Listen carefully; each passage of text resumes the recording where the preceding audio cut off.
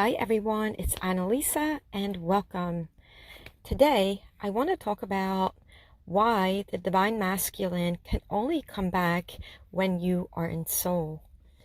So it is really key in this journey for the divine feminine to realign with their soul. And as we know, the divine feminine can be male or female, as the divine masculine can be male or female, because in this connection, we are strictly talking about energy, and energy amongst two bodies and two minds, energy shared amongst the two, but it is still one soul. And the one is both the divine feminine and the divine masculine. However, the divine feminine leads this connection. So it is for the divine feminine to do the inner work and align with soul. And that is the only time that the divine masculine can come back in. And they cannot come back in when you are in mind, because this is not a journey of the mind. This is a journey of the soul, and the soul leads the way. So I want to focus a little bit about trust and how trust is so key on this journey, and just having faith, knowing that your creator, the divine, whichever terminology resonates with you, the more trust that you have in your creator, in the divine, which is also your soul, connecting to your soul. So allowing your creator, your soul, to lead the way and show you what needs to be released from the mind, and to let go of all the fear that is holding you back and all the core wounds that have been suppressed. So the divine masculine can only come back when you're in soul. If you are thinking about the story and you are ruminating in the past, and or you are thinking about the future, they cannot come back in. And if they do, they will only pull away. And that is where many divine feminines get stuck in that runner-chaser dynamic. So it is crucial to learn how to be in soul. And really, it isn't something that you really have to learn, because you are soul. And it really is just about being in the now, being in the moment, being in whatever it is that you're doing. And that is being in soul. When you are not judging the past, ruminating about the story of the past, and you are just being and trusting that your soul will always guide you and always have your back, because your higher self is your soul, and your soul is part of God, part of source energy. It's all one. And as you begin to open up your consciousness into unity, into knowing that you are one with your other self, which is your twin flame, your divine masculine.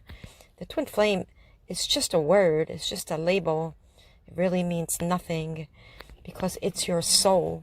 And as you step into soul and feel the source of soul, of just being, that is where your divine masculine can meet you. All of this is a process.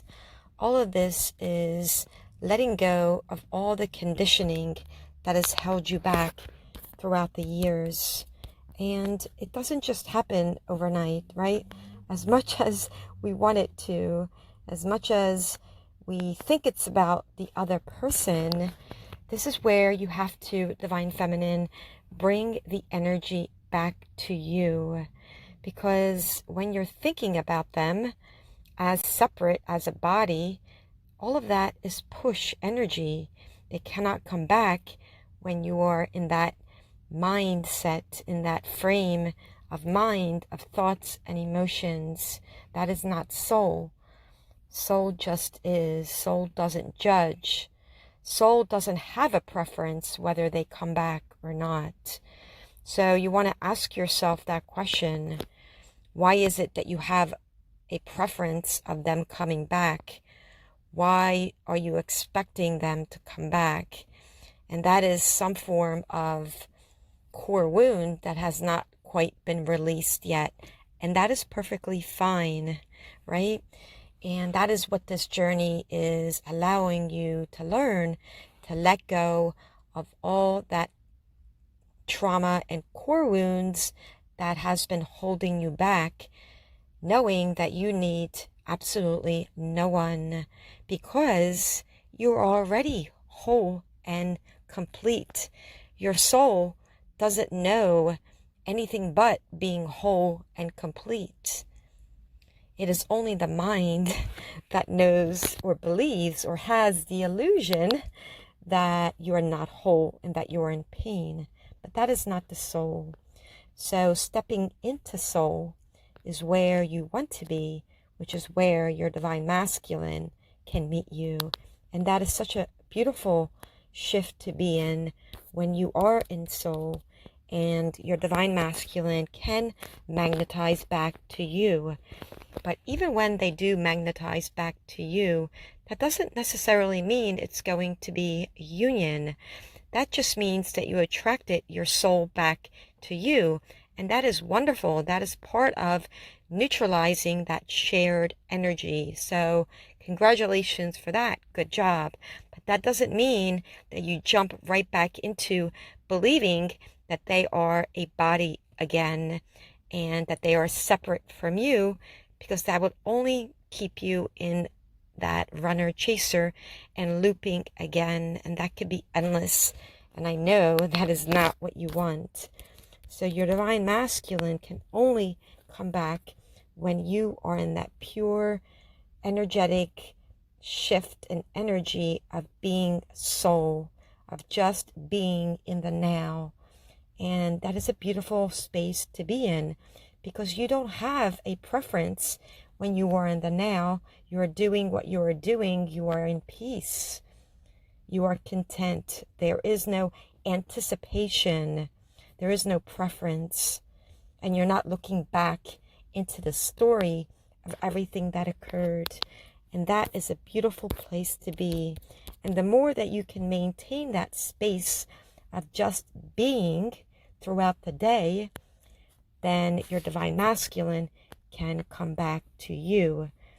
But it is also a process of balancing that energy very, very, very, very, with a capital V, very slowly back in.